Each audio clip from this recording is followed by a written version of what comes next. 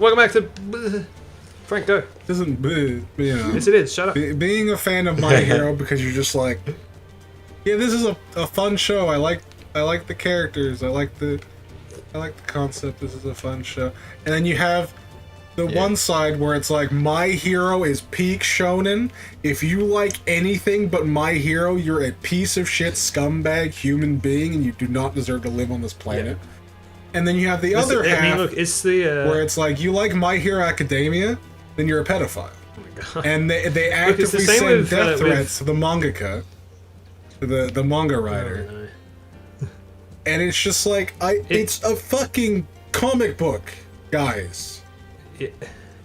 We don't. It's the same with JoJo, where you know, it's so popular now that people are like sick of it, and they're like, if you like it, then you're horrible. Look, I'm gonna drop a truth bomb that no one's prepared to hear. Apparently, every single community has its toxic. Oh, absolutely. It just does. Yeah. That's why they're doing this fans versus enjoyers thing, because it's a way of just kind of, you know, separating you. Because there are lots of things that I love that have a horrible reputation. It's just, but that does not mean that every single person in the community is horrible.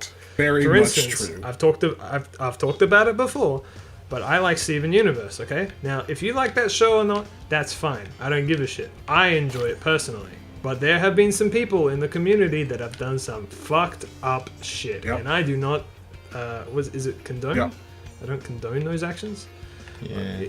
I don't support it at all, right? But I have also met and seen thousands, hundreds of people, thousands of people that are like really cool and really nice and like just the chill ass people who are just like, yeah, I like the show. I'm like, yeah. And you'll have that with every community. But there are a lot of people like, well, I've seen the worst of this community, so therefore I think it's horrible.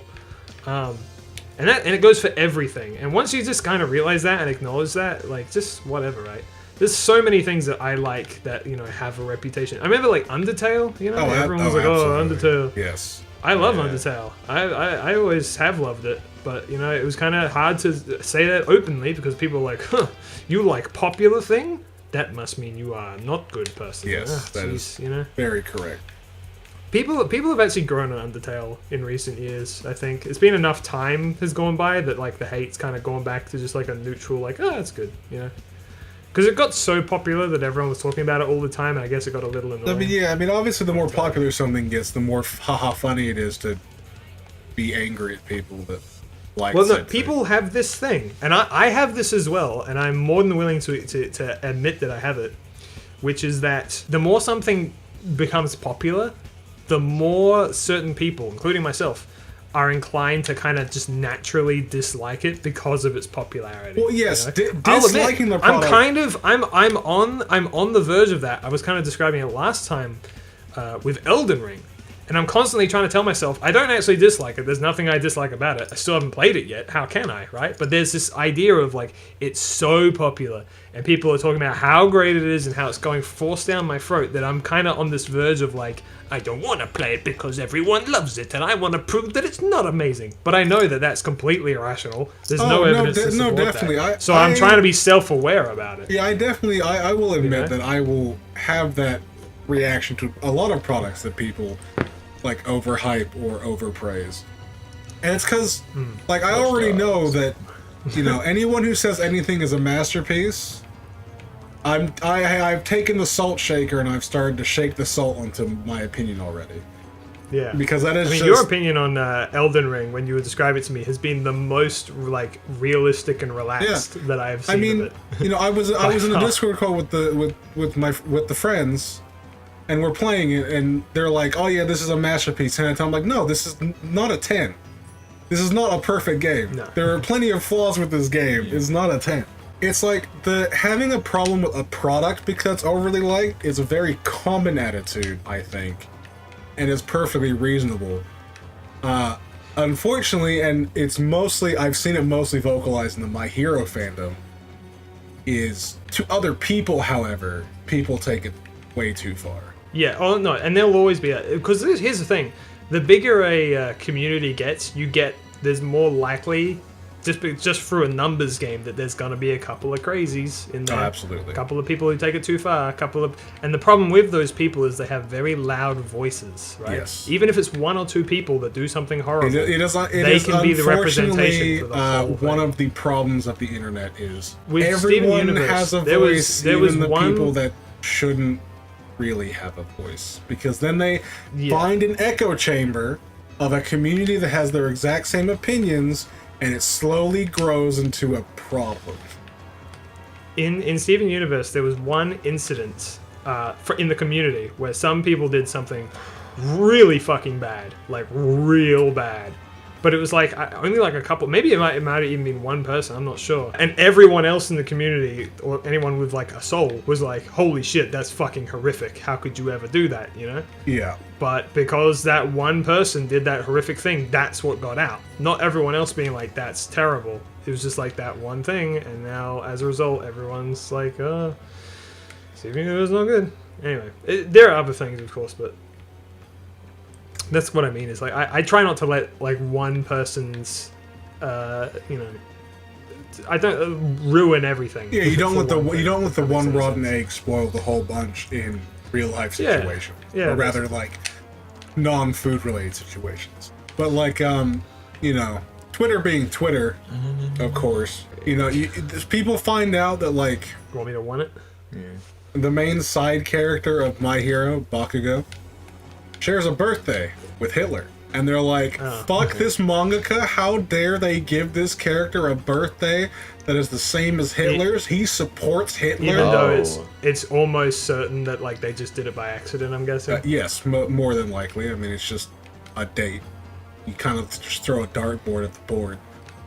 And it's like, they when more people found out about this... I don't even know like, what Hitler's birthday is. Yeah, That's exactly. kind of concerning, because like, what if you... Like, I could see myself accidentally doing that. Who are these psychotic people who know what Hitler's birthday is? Well, Yeah, I mean, ask them you what have they're doing. Twitter people that go, I hate this product. I hate the people in this product because they say this is the best thing ever. I'm going to look into... Because it's clearly...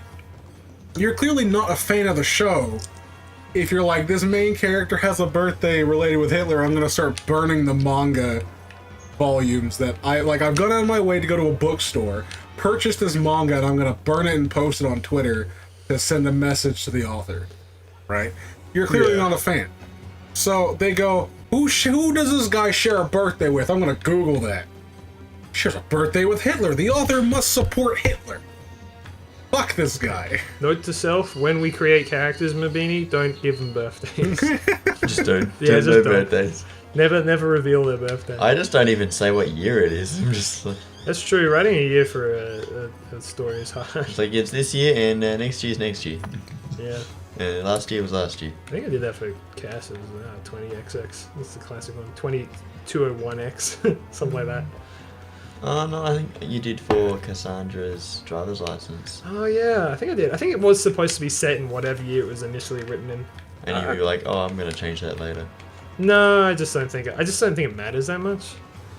Just modern day. That's all you need to know, really. I suppose the only thing is you don't want to make it written in like 2020 to 2022. In Hail Cane, I've kind of made up my own years to the point where I'm like, it's the year. I honestly have no idea what year things happen in. So but you're a I know it's like Mega roughly Man 40 author. years after this other thing. Or a creator. What's that? You play Mega Man. You're like, in the year 20XX, this happened. Yeah. What was the actual year? No, I'm Who the like, fuck Hail knows? Kane is supposed to be vaguely modern, isn't it? No, I'm like, it's HKCY 59 and that's the year. Yes. And I'm like, it not only is it like, I can't even remember why I chose the 0 year, but I'm just like, well, it is what it is. It's just a way of keeping track. I'm sure I have some stories where I'm just like, there's something XX, whatever. I probably edited, because edited just doesn't even make sense. But it has a timeline as the thing, so it's like it's kind of necessary. I don't know. Anyway. I'm so glad we've moved on to this topic, because that was the end of that topic. For that statement, Okay. it kind of just becomes a circle jerk of, yeah, Twitter is bad, and also water is wet. Yeah. You know.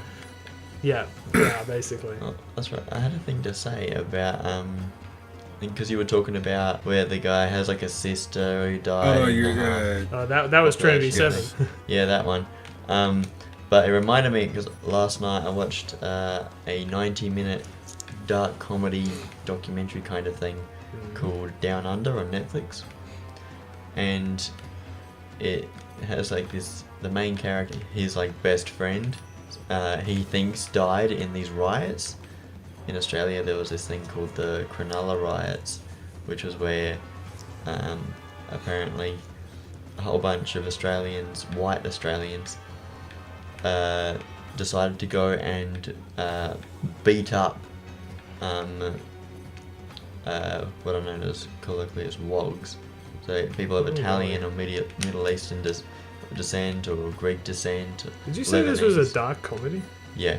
Doesn't sound very funny well, to me. so the dark comedy bit is the actual story of the film, right. where it's just these two groups of white Aussies and wogs going to the beach to go beat up the opposing group of people. Have you ever seen Wog Boy? No. And Alright. It's Lava Girl? a classic Australian film about this layabout boy who is kind of becoming like the representative of the people against like the government being against dole bludgers. So that movie's just sort of about him representing the people who don't want to do anything. You watched some serious stuff. I won. Here. Fuck. Now I want to talk about Shark Boy and Lava Girl and how there was a sequel for it. But anyway, That sounds awful. the main point was that in Down Under, this guy, he thought that his friend had died, but he hadn't. He'd actually just had this incredible story to tell, and it was like a couple days later that he rang his friend, and his friend had already done something stupid in the name of the guy who he thought he'd lost. Right. And so that's just sort of like the joke in it. That's the dark comedy side of it. Like he'd already almost beaten the guy to death. And that's very then he funny. finds out that his friend actually hadn't died. He was in the Gold Coast with some young ladies and wanted to invite him over for the weekend. Okay. This sounds like one of those things you have to see it. I think describing It's a little bit. It does- has its moments, but overall it's okay. It's not. What I mean great. is like, I don't think describing it does it justice. It's difficult to see the humor in a lot of this just by saying it. But, yeah, that wasn't the funny bit. In fact, there was some really sad bits as well. Great. One might expect It that had, from that synopsis. A young man with Down syndrome in it. And I'm not fully convinced that was the right thing to do, to have that be a thing. But it also depends on whether the actor they got to play it was had Down syndrome themselves and had something to say about it. So As long as it's not like that music situation. what? Sia's music. What's that? Sia, do you know the singer Sia? Oh yeah. She's made a film called Music with a character in it called Music who was autistic, but the actress was not. And it was a caricature to the nth degree of an autistic person. And it offended everyone under the sun, basically. Sounds about right. So, yeah, that happened. Anyway, I want to talk about the Shark Boy and Lava Girl sequel that came out a couple of years ago. Yeah, see, I like this tangent. Yeah, let's go. Let's turn we got the Yeah. highway meme going on. Where Well, it's guys, continuing this- next time I'll tell you all about it. All right.